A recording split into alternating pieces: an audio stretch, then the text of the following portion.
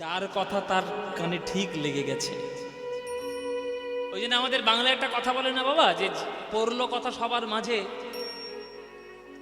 যার কথা তার গায়ে বাজে।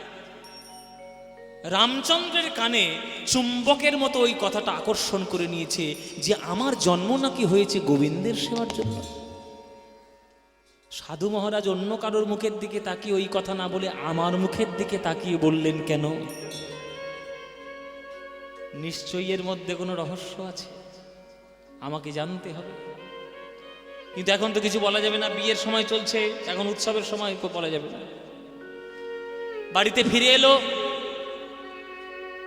কাল রাত্রি গেল, পরের দিন ফুলশয্যা,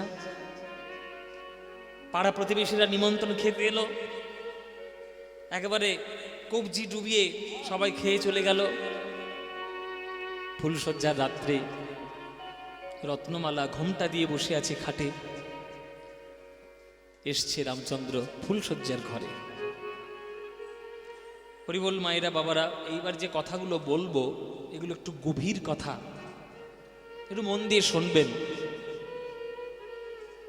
রামচন্দ্র সে বলছে, রত্নমালা, তোমার কোনো কষ্ট হচ্ছে না তো? রত্নমালা, না স্বামী, কোনো কষ্ট নেই। তোমার মতো স্বামী পেয়েছি, তোমার দাদুর মতো এরকম একটা শ্বশুর বাড়ি আমি পেয়েছি, তোমার জীবন ধন্য। বেশ, এ কথা শুনে আমার খুব আনন্দ হলো। রত্নমালা,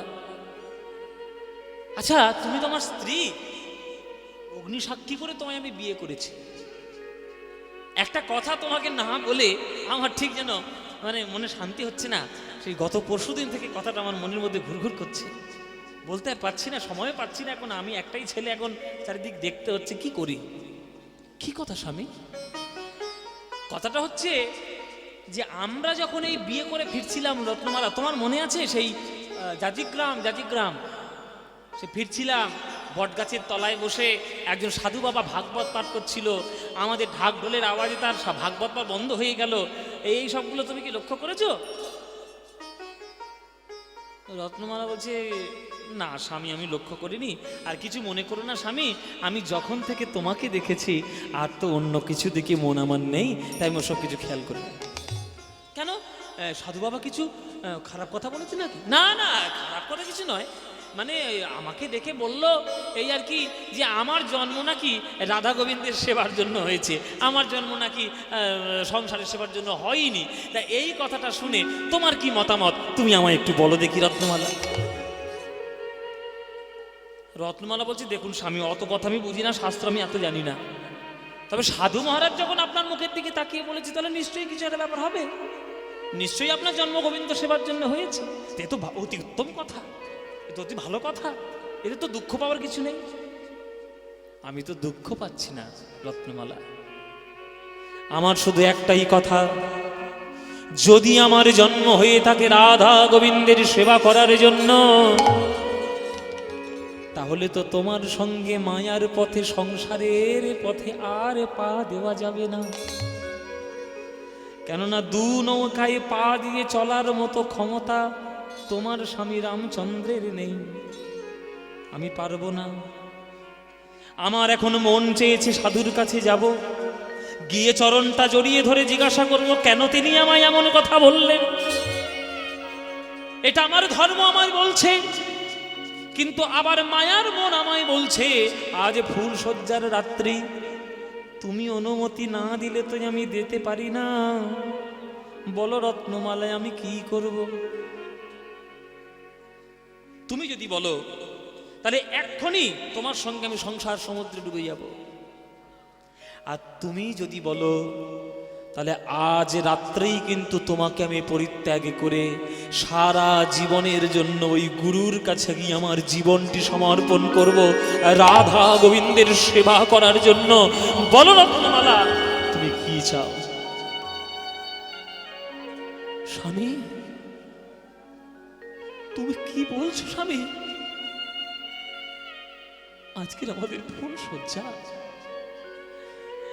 একটা মেয়ে বুক ভরা কত আশা নিয়ে তার শ্বশুর বাড়িতে আসে, আজ রাত থেকেই তার স্বামীর সঙ্গে প্রথম আলাপ, নতুন করে নতুন জীবন সে শুরু করবে।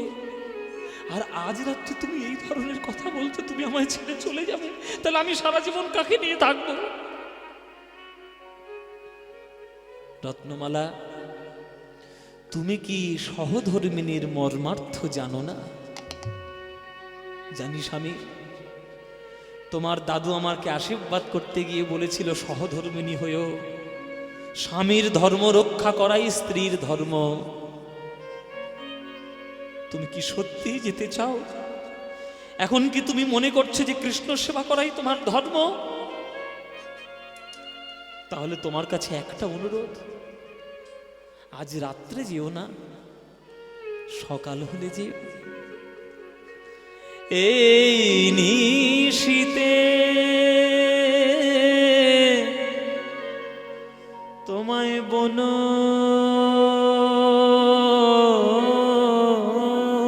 পথে যেতে দেব না,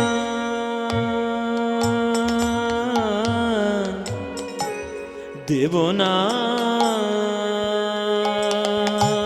দেব না, যেতে তোমায় দেব না, দেব না, দেব না, দেব না, দেব না, দেব না, দেব না, যেতে তোমায় দেব না। একেবারে ঠুমরি অঙ্গের গান, বিয়ের রাত তো, একবার ঠুমরি অঙ্গ, শৃঙ্গার রস। দেব না, দেব না, যেতে দেব না, দেব না। এসব গান গাওয়ার মতো শাস্ত্রীয় সঙ্গীতের তালিম চাই। শৃঙ্গার রস তো, এগুলো কোথায় থেকে কিভাবে ঢোকালে, কিভাবে সুরের আনাগোনা, এই গুরুর কাছে বসে শিখতে হয়। দেব না, দেব না, দেব না, যেতে তোমায় দেব না, দেব না, দেব না। তুমি না শোনো, শোনো না কথা, তুমি না বুঝো, বুঝো না ব্যথা, অশ্রুমালা দিও গলে, অশ্রুমালা দিও গলে, ফুলমালা, ফুলমালা নেব না, না গো, যেতে তোমায় দেব না, দেব না, দেব না, দেব না, দেব না, দেব না গো, যেতে দেব না, দেব না, দেব না, দেব না, যেতে তোমায় দেব না, না গো, যেতে তোমায় দেব, দেব না, দেব না, যেতে তোমায় দেব, যেতে তোমায় দেব, যেতে তোমায় দেব না গো।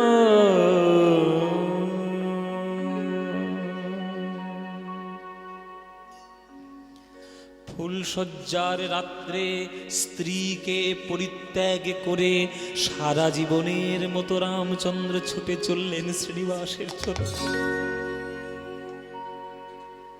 কেউ পারবে বাবা এখনকার দিনে?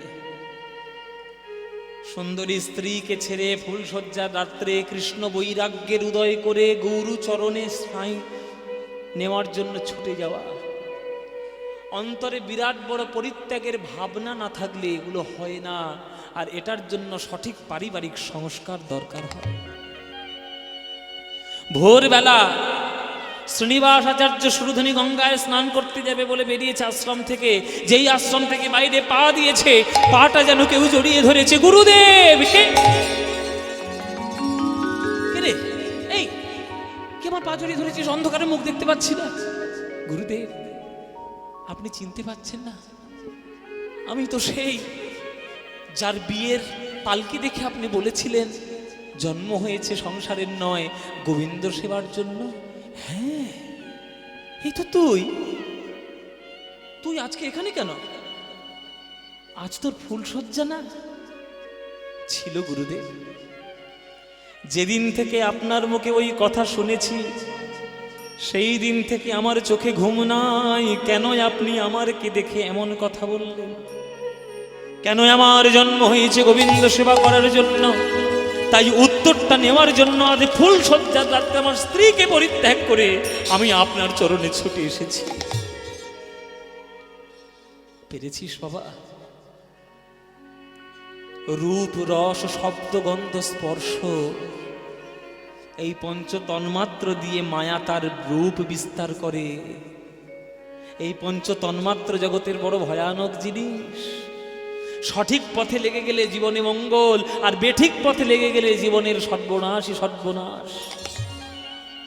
আয় বাবা, তোর ভক্তি হবে না তো কার হবে? ওগো শ্রী গুরু বৈষ্ণব, তুহার চরণ শরণ না কইন আমি হে। ওগো বিষয় সমান বিষ ভালো মানি, খাইয়াছি হইয়া কামি হে। ওগো শ্রী গুরু বৈষ্ণব, জগতের মায়া, জগতের বন্ধন পরিত্যাগ করে দিয়ে গুরুদেবের চরণ আশ্রয় করব। আপনি যা বলবেন আমি তাই করব। গোবিন্দই জগতের শ্রেষ্ঠ, গোবিন্দের চরণ সেবা ছাড়া কিচ্ছু করব না। আর আপনি যেহেতু গোবিন্দের চরণ সেবা করার আজ্ঞা দিয়েছেন, তাই আপনার চরণ সেবাই আমার জীবনের স্বাদ। গুরুদেব যা বলে তাই করে। এমন গুরুদেবের চরণে নিবেদিত প্রাণ হয়ে গেল যে গুরু যদি বসতে বলে তো বসবে, উঠতে বলে তো উঠবে, যা করতে বলবে তাই করবে। ওই সাপ, ও সাপ।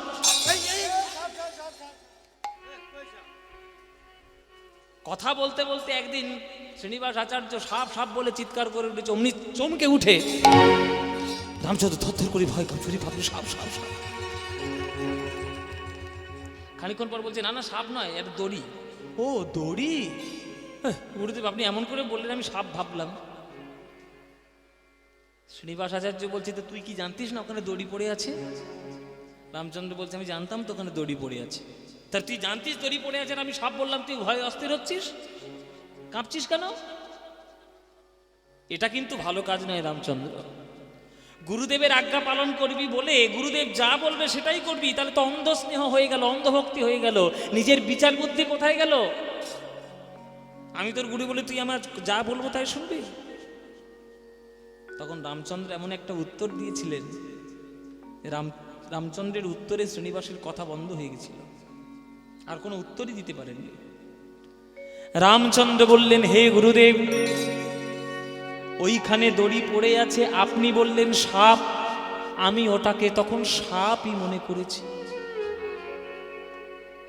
কিন্তু আমার বিচার বুদ্ধি যদি আমায় বারণ করতো ওটা সাপ নয় ওটা দড়ি, তাহলে আপনার সঙ্গে আমি তর্ক করতাম, আপনার সঙ্গে আমার একটা বিচারের মধ্যে ব্যবধান হতো।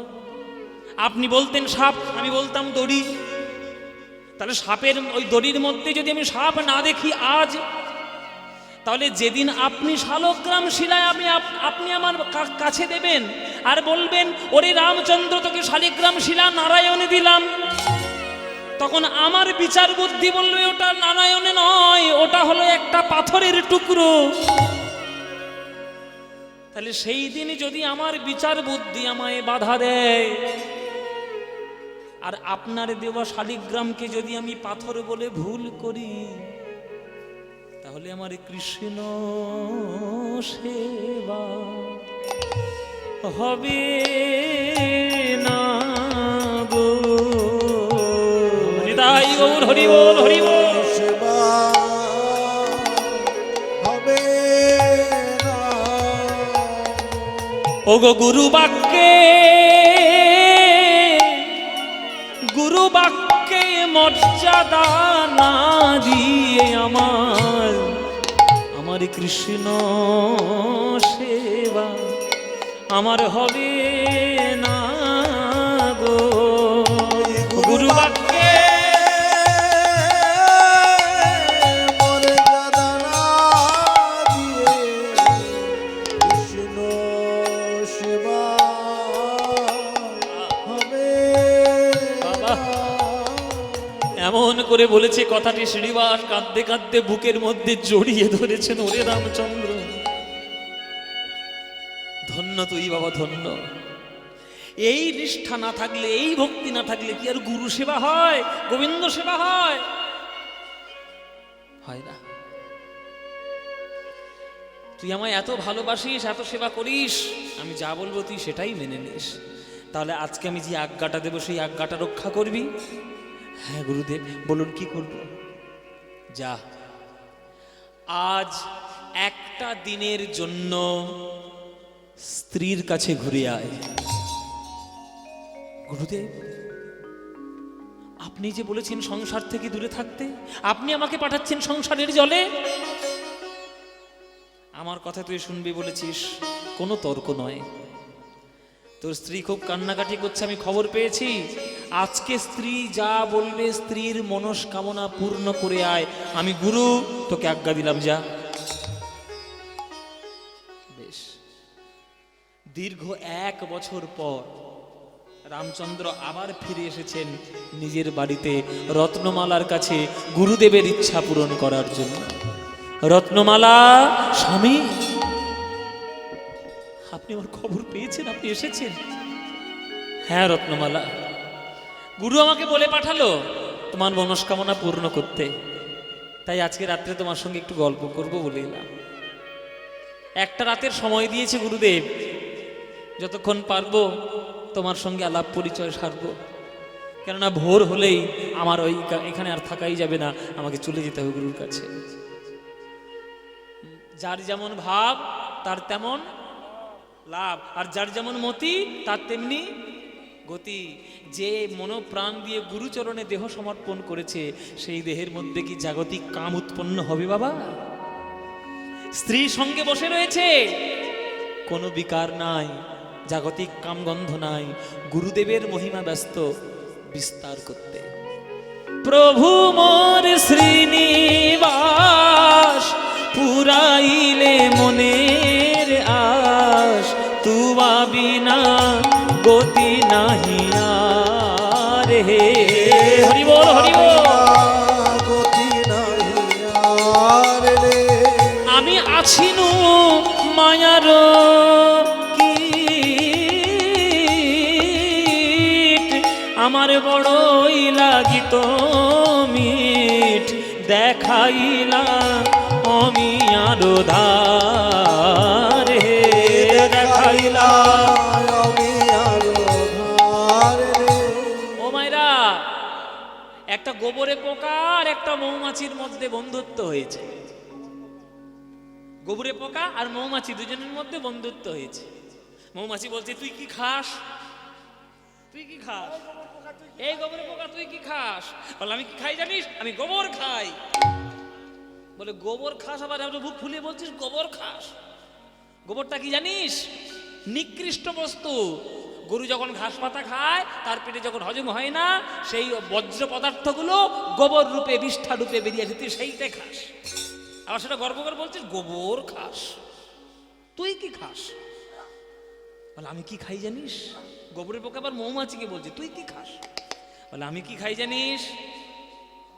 আমি খাই ফুলের মধু। জগতের সর্বশ্রেষ্ঠ যে সৌন্দর্য আছে সেটা ফুলের মধ্যে বর্তমান, আর সেই ফুলের মধ্যে সব থেকে মিষ্টি বস্তু তার রেণু, আর রেণুর মধ্যে থেকে যে মধুটা পাওয়া যায় সেই মধু নিয়ে আমি চাকি জামা করি, সেই মধু আমরা পান করি, যেটা গোবিন্দ সেবায় লাগে সেই মধু আমি পান করি।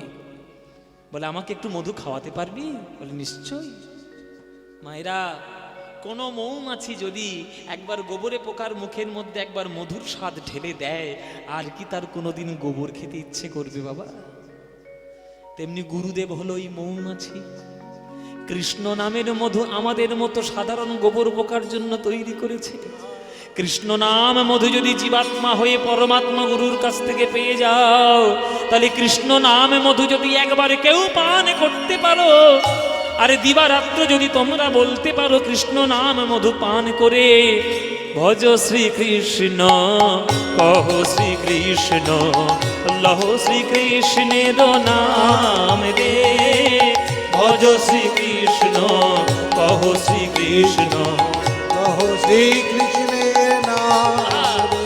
আজ জনা শ্রীকৃষ্ণ ভজে সে হয় আমার প্রাণ রে, যে জনা কৃষ্ণ ভজে সে হয় আমার প্রাণ রে।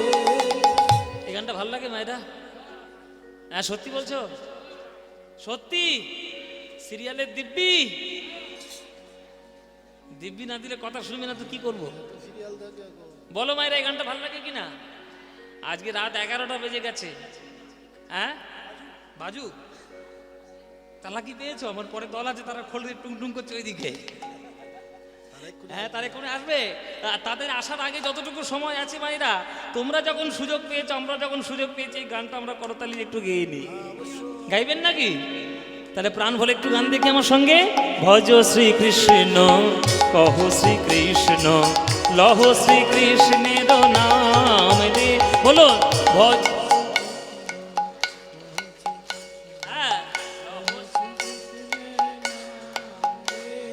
যে জনা শ্রীকৃষ্ণ ভজে সে হয় আমার প্রাণ রে। বলো যে, বাহ এই তো। হ্যাঁ, দিন গেলে হা শ্রীকৃষ্ণ যে বলে একবার রে, দিন গেলে হাস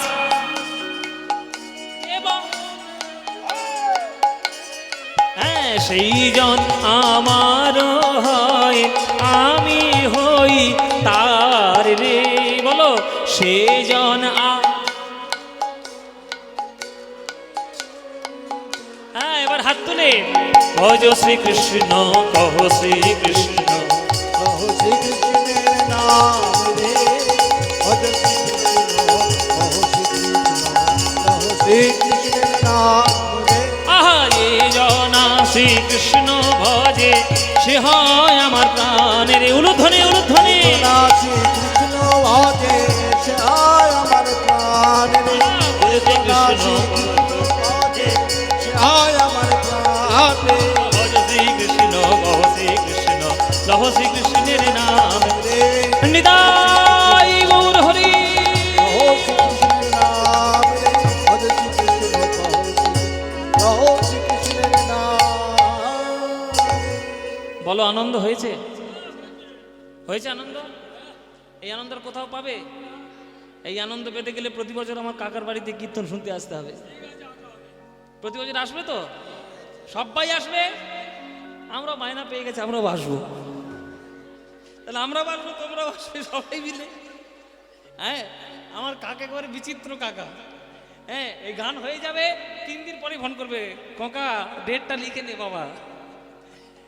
এনার মতো ভক্ত, এই আমার কাকার মতো এইরকম ব্যক্তিগত আসর আমি অন্তত দক্ষিণ 24 পরগনায় খুব কম দেখেছি।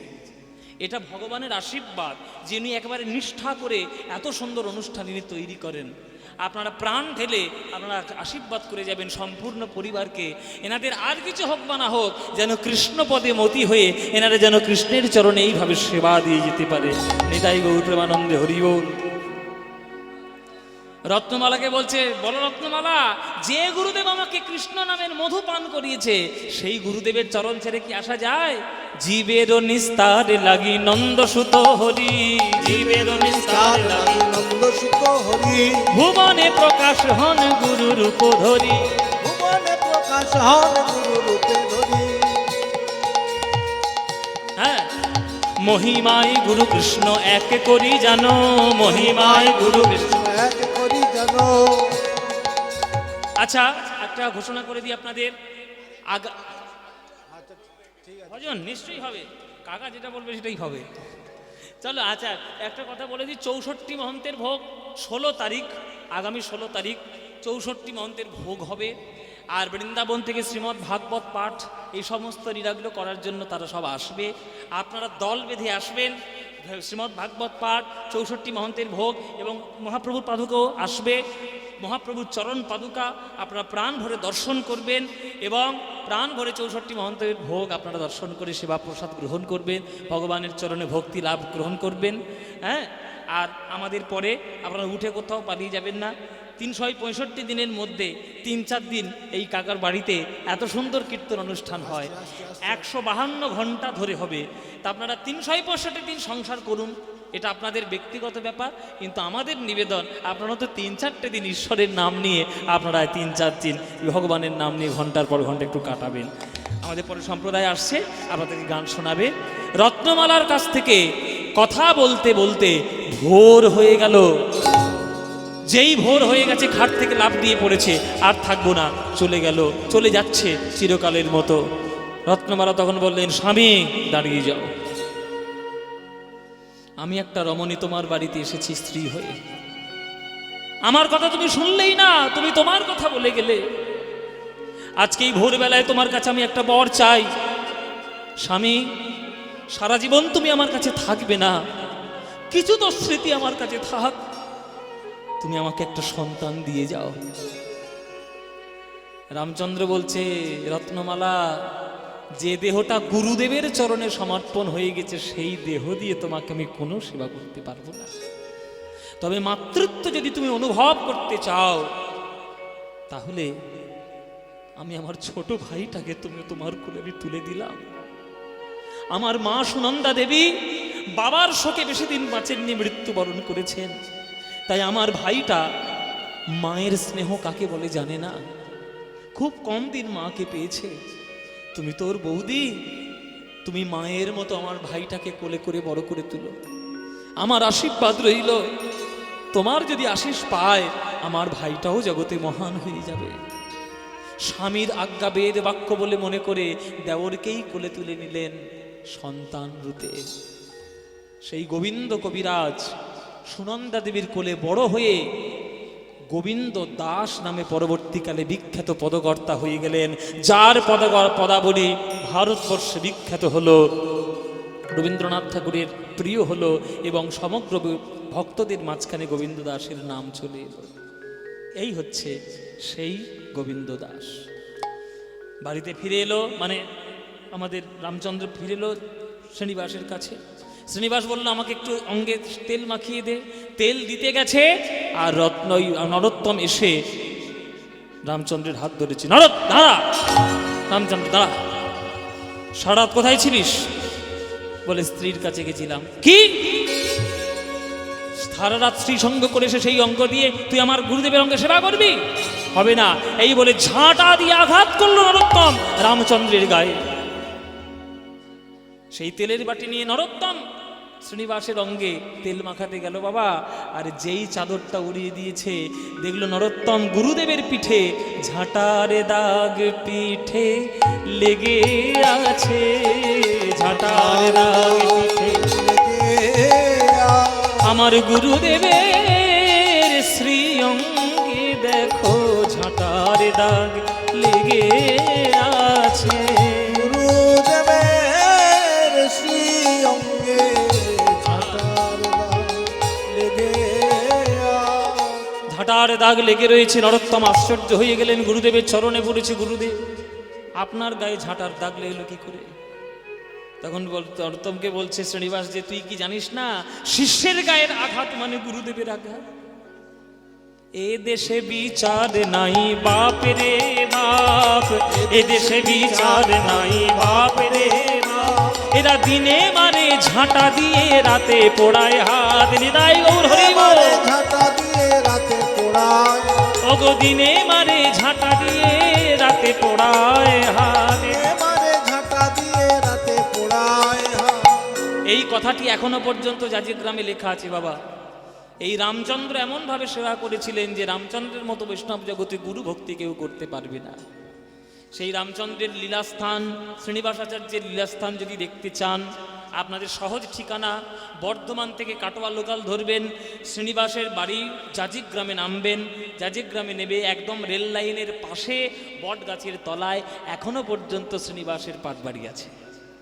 দর্শন করে আসবেন, প্রাণ ভরে দেখবেন গুরু ভক্তি কাকে বলে। সেই গদাধর পুনর্জন্ম রামচন্দ্র কবিরাজ রূপে এলেন, লীলা বিস্তার করলেন। জয় নিতাই। সেই রামচন্দ্রের লীলা আমরা আস্বাদন করলাম, গদাধরের পুনর্জন্ম আস্বাদন করলাম। পরবর্তী সম্প্রদায় আসছে, তার আগে একটা ভজন গাইতে গাইতে আজকের আমরা শেষ করব আমাদের লীলা। অচ্যুতম কেশবম কৃষ্ণ দামোদরম, অচ্যুতম কেশবম কৃষ্ণ দামোদরম, রাম নারায়ণম জানকী বল্লভম, রাম নারায়ণম জানকী বল্লভম, রাম नारायणं जानकी वल्लभम, राम नारायण। जानकी वल्लभ। कौन कहते हैं भगवान आते नहीं, कौन कहते हैं भगवान आते नहीं, कौन कहते हैं भगवान आते नहीं, कौन कहते हैं भगवान आते नहीं। तुम मीरा के जैसे बुलाते नहीं, तुम मीरा के जैसे बुलाते, हाँ तुम मीरा के जैसे बुलाते नहीं, तुम मीरा के जैसे बुलाते नहीं। अच्युतम केशवम कृष्ण दामोदरम, अच्युतम केशवम कृष्ण दामोदरम, राम नारायणम जानकी वल्लभम, राम नारायण जानकी वल्लभ। कौन कहते हैं भगवान खाते नहीं, कौन कहते हैं भगवान, कौन कहते हैं भगवान खाते नहीं, कौन कहते हैं भगवान खाते नहीं। बेर शबरी के जैसे खिलाते नहीं, बेर शबरी के जैसे खिलाते। अच्युतम केशवम कृष्ण दामोदरम, अच्युतम केशवम कृष्ण दामोदर, राम नारायणम जानकी वल्लभम, राम नारायणम। कौन कहते हैं भगवान नाचते नहीं, गोपियों की तरह तुम नचाते नहीं, गोपियों की तरह चाहते नहीं। अच्युतम केशवम कृष्ण दामोदरम, अच्युतम केशवम कृष्ण दामोदरम, राम नारायणम जानकी वल्लभम, राम कृष्णा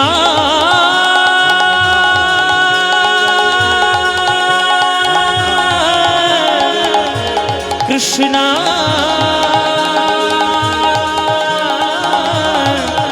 हरे कृष्णा हरि